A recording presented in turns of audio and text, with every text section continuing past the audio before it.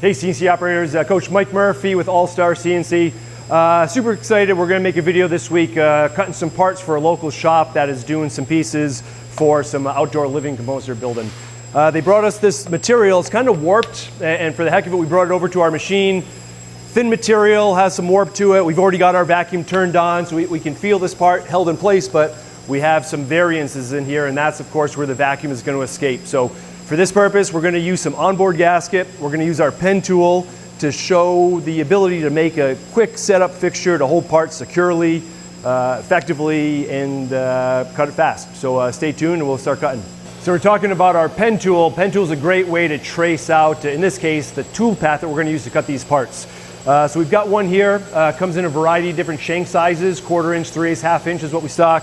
Right now we've got this one in the machine. It's got a Sharpie pen with a spring loaded, this one with a pencil, so we can do it a few different ways. And what we're going to do here is we're going to remove that pen cap, we're going to expose that pen, and we're going to Z0 slightly into that spoil board. That way we know we can make a mark. And once we get to a spot where we know we're going to make that mark, that is our Z0. And we're off and running.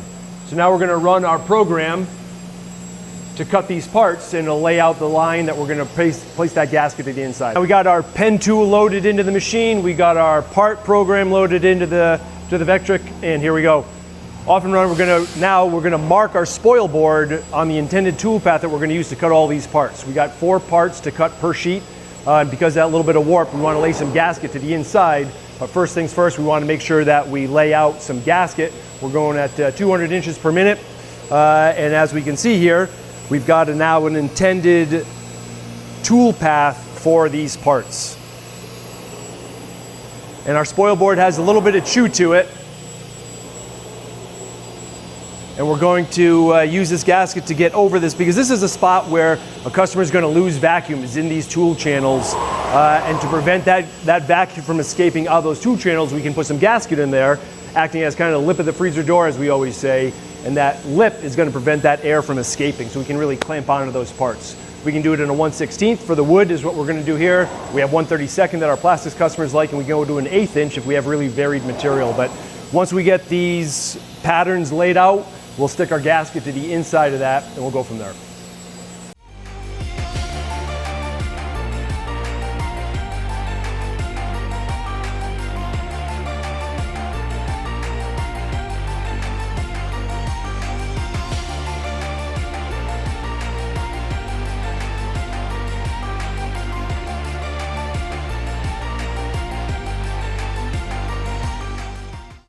Okay, so now that we've got our markings laid out there, the advantage of using the pen tool is that we don't get these crevices in here. A lot of our customers who use this onboard gasket concept will trace their parts, but they have to score their spoil board in order to do so. By using the pen tool, we're not taking off any depth, and it's a path that we can follow to the inside of. So I've got our part number CR0638, that's a 1/16 by 3/8 material, and we're just going to stick that simply to the inside of our intended tool path for this part.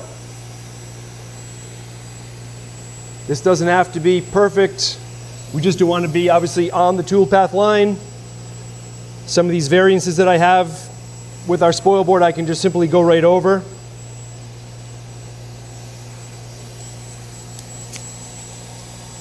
And we'll quickly do these for all 4 of our parts, making sure that we don't have any buckle in the gasket, everything's flat and consistent.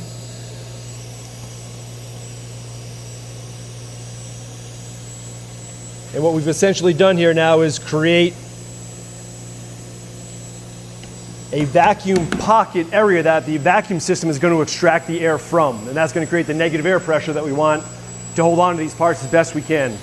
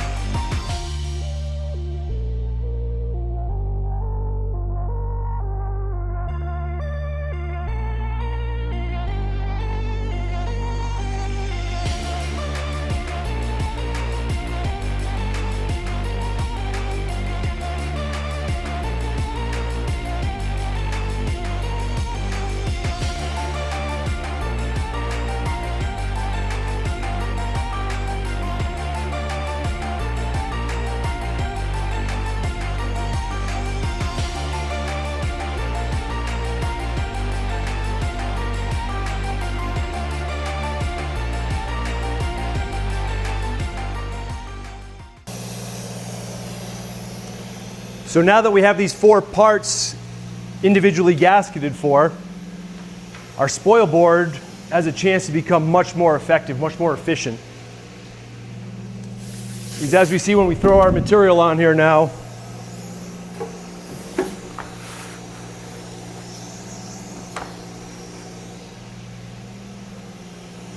and if we turn on our vacuum system again,